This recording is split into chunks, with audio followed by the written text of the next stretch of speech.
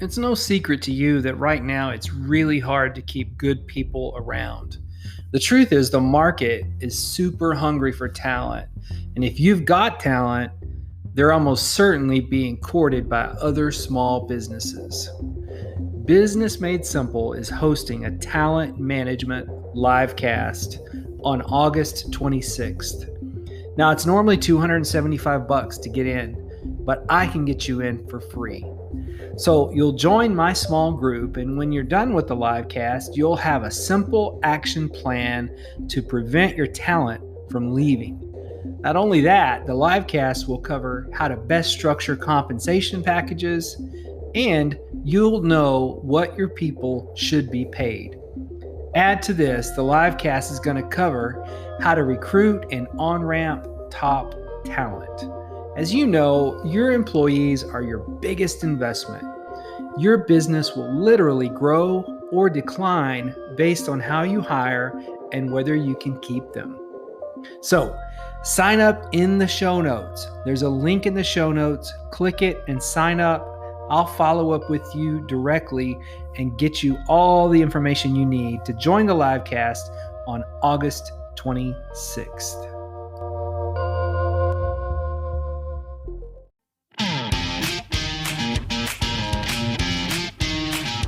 You're listening to the Daily Business Podcast with your business coach, Mitch Alverson. This is the place for daily coaching because when you have a coach, you get better results.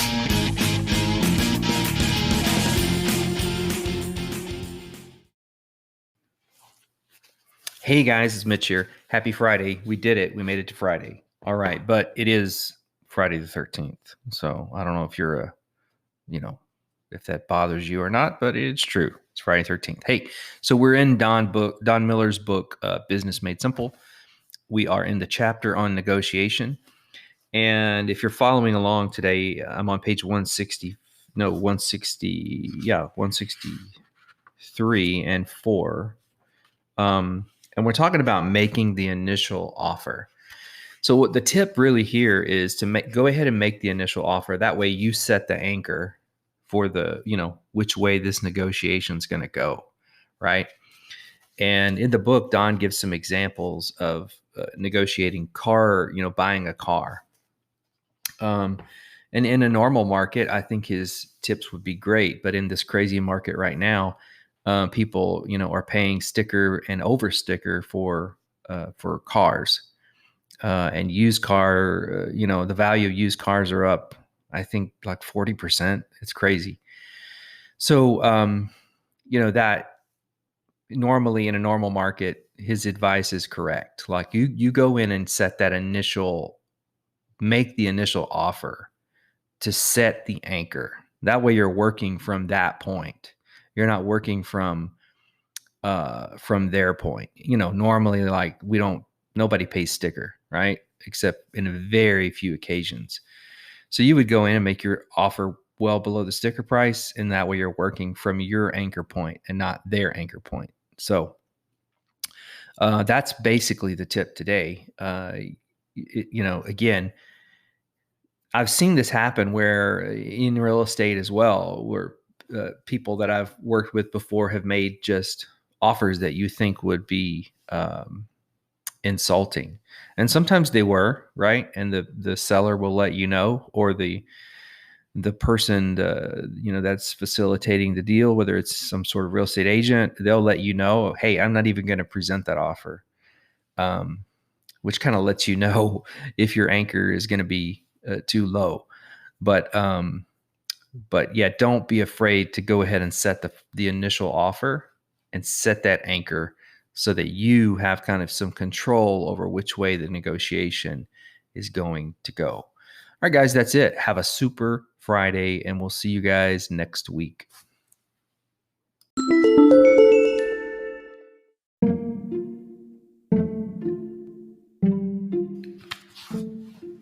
Here's a sales answer from the Little Red Book of Sales Answers by Jeffrey Gitomer.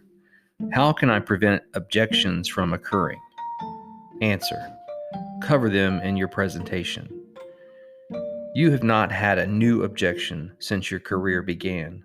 You already know the 10 objections your customer is going to throw at you. I'm satisfied with who I've got. Your price is too high. My home office handles that, and other lame customer excuses ad nauseum. You have two choices when preventing an objection. Number one, somewhere in your presentation you say, "You know, Mr. Prospect, a lot of people tell us our prices are too high before they become customers. I would like to share a few testimonials with you before we get too deep into our conversation. These are people who thought our prices were too high initially, bought anyway, and have been our customer for years." Number two, try to prevent it yourself. "You know, Mr. Prospect, some people tell me that my prices are too high, but it's because they don't quite understand the full value of our product, which over time is actually lower in cost. I'll demonstrate this a little later, but please have confidence that I would not be so foolish as to waste your time if I were not the best value." Either one of these preventions will work. Final answer. Personally, I believe the testimonial to be the strongest sales tool you can possess. Either way, your job is to identify the 10 most common objections that you get, create the best responses for them, and figure out how to put them in your sales presentation so that at the end, you're more likely to get a signature on a contract.